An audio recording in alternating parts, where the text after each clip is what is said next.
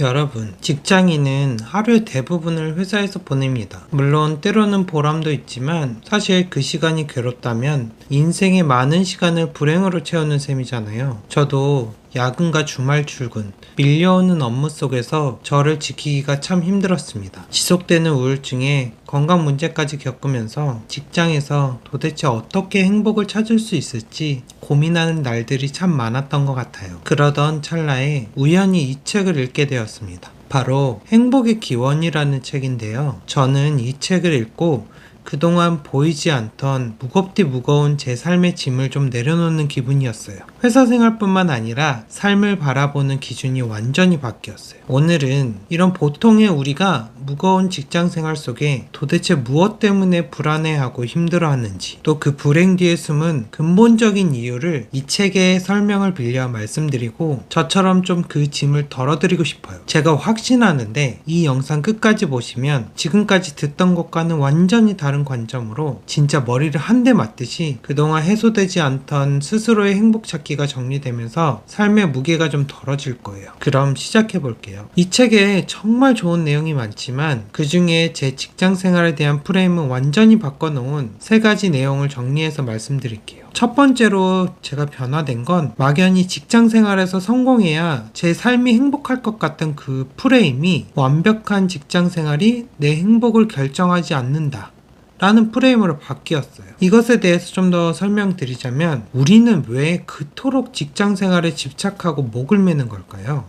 그 이유는 결국 회사 생활을 잘 해내야 내 인생 전체가 행복해질 것 같다는 무의식 속에 깊이 새겨진 프레임 때문입니다. 어릴 적부터 우리 왜 좋은 학교에 들어가고 좋은 직장에 취직해서 인정받고 승진하면 내 삶이 행복해질 거라는 그 사회가 만들어둔 흔하디 흔한 공식 속에 우리가 갇혀서 살잖아요. 그런데 행복의 기원이란 책은 행복이란 게 우리가 생각하는 성공, 어떤 성취, 이런 거창한 관념 뒤에서 얻을 수 있는 추상적인 가치가 아니라는 겁니다.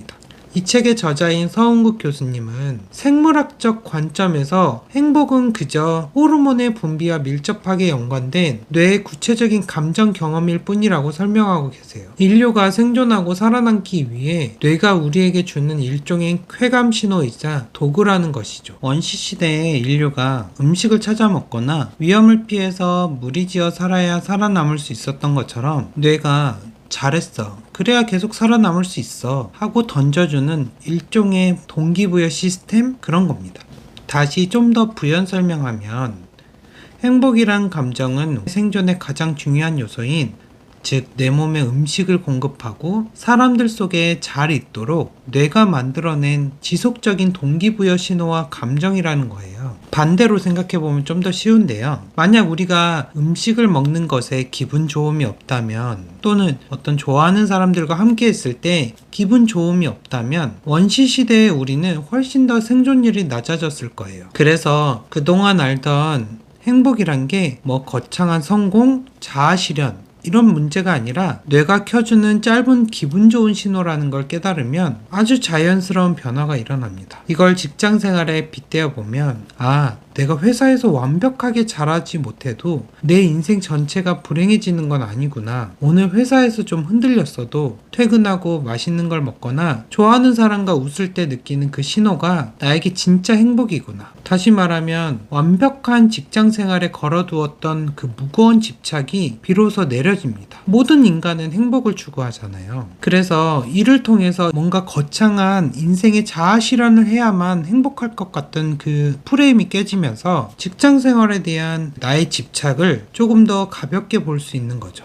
두 번째로 이 책을 통해 변화되는 큰 프레임은 행복한 삶이란 강도가 높은 행복감을 느끼는 게 아니라 행복감을 얼마나 자주 빈도 높게 느끼는가가 더 중요하다라는 사실입니다. 이게 무슨 말이냐면요, 우리가 첫 번째로 나눴던 것이 그 행복은 거창한 게 아니라 단지 기분 좋은 신호인데, 이 신호가 강하고 엄청 세게 느껴져야 뭔가 행복한 삶이 될 것 같지만 사실 강도보다는 빈도가 많아야 행복한 삶이라는 겁니다. 서은국 교수님은 이 행복을 전구에 비유하셨는데요. 우리 뇌에서 이 좋다라는 감정의 전구가 얼마나 강하게 한번 켜졌느냐보다는 일상생활에서 소소하게 얼마나 자주 켜졌는지가 훨씬 중요하다는 뜻이죠. 행복 연구 분야에는 아예 행복은 긍정 정서의 강도가 아니라 빈도다 라는 유명한 논문도 있습니다. 하지만 우리는 큰 행복을 기대하며 직장 생활에 매몰되고 삶에서 소소한 기쁨을 너무 쉽게 잃어버립니다. 흔히들 그러잖아요. 이 프로젝트만 끝내고 아니면 이번에 승진만 하고 나면 이러면서 언젠가 올 큰 보상을 위해서 오늘의 맛있는 식사, 기분 좋은 잠, 그리고 사랑하는 가족과의 시간을 전부 뒤로 밀어버리잖아요. 역시 예전에는 직장 생활에서 인정받고 성장할수록 제 삶이 큰 행복에 가까워질 거라 믿었기에 오늘 하루 스쳐 지나가는 작은 즐거움들은 상대적으로 무가치하게 여겼던 것 같습니다. 그리고 집에서 가장으로서 제가 묵묵히 직장 생활을 잘 해내는 게 우리 가족의 행복을 지키는 일이라 생각하고 야근과 주말 출근을 더 우선했어요. 하지만 정작 그렇게 살다 보니까 나와 가족이 함께 웃을 수 있는 오늘의 행복은 계속 먼 미래로 미뤄지고만 있었어요. 그 나중에 올 더 큰 행복을 기대하느라 정작 소중한 오늘 하루를 계속 버리고 있었던 거죠. 그렇다고 여기서 오해는 하지 않으셨으면 좋겠습니다. 직장 생활 자체가 삶에서 무의미한 수단이니 그 안에서 성취나 성장을 포기하라. 그런 말은 절대 아닙니다. 단지 지금 우울하고 불안한 하루를 보내는 우리가 어떤 행복감을 되찾는 빠른 방법은 회사에서 거창한 성취나 완벽함이 아니라 친구들과의 수다, 또 화요일 퇴근길 맛집에서의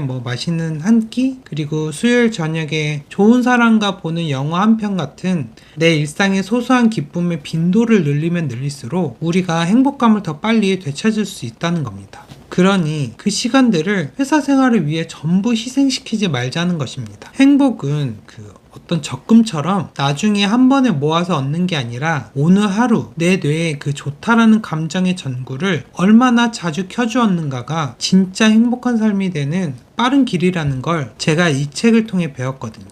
세 번째로 이 책을 통해서 얻을 수 있던 행복 프레임은 바로 모든 사람에게 좋은 사람일 필요는 없다라는 겁니다. 우리가 그렇게 어려워하는 직장 생활 내에서의 그 인간관계 프레임인데 진짜 멘탈 강한 분들 말고 직장 생활 힘들어 하시는 분들 대다수는 사실 인간관계도 많이 힘들어 하세요. 그게 그 모든 동료와 상사에게 인정받아야 한다는 욕심 때문에 스스로를 감정적 고통에 몰아넣어서 그래요. 근데 이것도 그동안 우리는 많은 사람들과 또 좋은 관계에 있어야 행복할 것 같은 그러한 막연한 기대를 가지고 살아왔기 때문인데요. 실제로 행복의 기원 책에서도 행복은 결국 사람이다라고 인간관계가 행복에 있어서 중요하다고 말은 하고 있어요. 2002년 사회심리학 연구에서도 가장 행복한 집단의 핵심 특징은 단연코 강한 사회적 관계였습니다.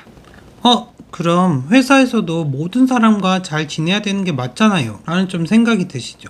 근데 여기서 핵심은 인간관계의 포인트가 모든 사람이 아니라 바로 좋아하는 사람이라는 거예요. 정리하면 우리가 모든 사람의 인정과 호감을 얻으려는 순간 타인은 내게 따뜻한 온기를 주는 존재가 아니라 나를 끊임없이 평가하는 그 심사위원처럼 변해버립니다. 어쨌든 회사는 이래나 저래나 목적 자체가 비즈니스를 위해 모인 공간입니다. 그렇기 때문에 무례하지 않는 선에서 예의와 거리를 지키는 것만으로도 충분하고 회사의 모든 사람에게 내 존재와 가치를 평가받으려 하거나 너무 좋게 보이려 애쓰지 마세요.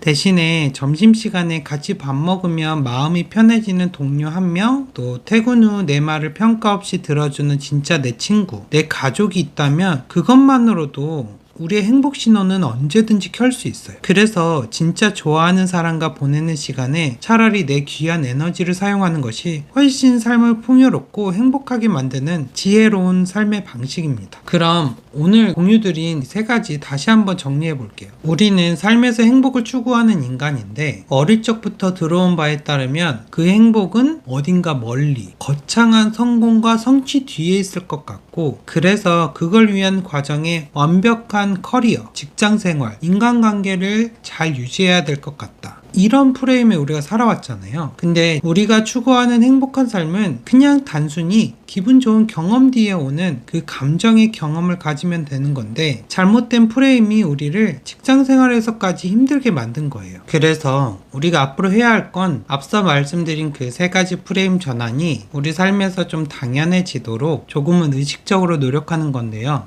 여기서 중요한 건 그 생각을 억지로 고쳐서 작은 일에 막 억지로 기쁨을 느껴보라는 게 아니에요. 사실 그거 억지로 한다고 되는 것도 아니고요. 그러니 오늘부터 다음 세 가지를 가볍게 실천하면서 기존의 잘못된 프레임을 좀 수정하고 내 하루에 있어서 기분 좋은 경험을 많이 배치해 보는 거예요. 첫 번째로 우리가 가볍게 실천할 수 있는 건 기존의 그 잘못된 행복 개념을 그때그때 바로바로 알아차리기입니다. 이 프로젝트만 통과되면 편해질 거예요. 저 상사가 나를 좋게 봐야 내 삶도 행복할 수 있을 거야처럼 나의 행복을 타인의 평가나 어떤 미래의 성취 뒤에 오는 추상적인 개념으로 아직 생각하고 있는지 그걸 먼저 알아차려 보는 겁니다. 두 번째로 실천할 수 있는 건 그냥 달력에 작은 기쁨을 빈도 높게 미리 배치하는 겁니다. 이번 주 일정표에 편한 동료와의 점심, 퇴근 후에 20분 산책, 좋아하는 친구와 디저트 먹기 같은 긍정적인 경험을 먼저 달력에 막 배치하세요. 소소한 약속이지만 남는 시간에 하려고 하면 그 자리엔 또 어김없이 다른 업무가 들어올 거예요. 세 번째로 실천할 수 있는 건 우리가 모두의 인정보다는 좋은 몇몇 사람과의 관계로 에너지를 집중해 보는 겁니다. 주변의 모든 사람에게 인정받으려 애쓰는 대신에 편안한 사람과의 관계에 에너지를 더 써보세요. 생각나는 사람이 있으면 지금 이 영상 이후에 바로 연락해 보시는 것도 방법입니다. 그냥 전화해서 우리 내일 맛있는 거 먹으러 가자고 연락해 보세요. 마지막으로 한 가지 꼭 덧붙이고 싶은 현실적인 조언이 있습니다. 우리가 어떻게 직장 생활에서 행복감을 빨리 되찾을 수 있는지 행복의 기원이라는 책을 통해서 알아봤는데요. 그렇다고 엄청 모욕적인 언사, 그리고 직장 내 괴롭힘, 불가능한 업무 폭탄이 가해지는 극한의 환경은 이 소소한 행복을 되찾으려 한다고 해결되지 않습니다. 책의 저자인 서은구 교수님 역시 비난과 배척 신호가 쏟아지는 유해한 환경에서는 이 생각 바꾸기가 좀처럼 통하지 않는다고 말합니다. 그런 경우에는 업무 우선순위를 조율하거나 부서 이동, 때로는 이직을 검토하는 등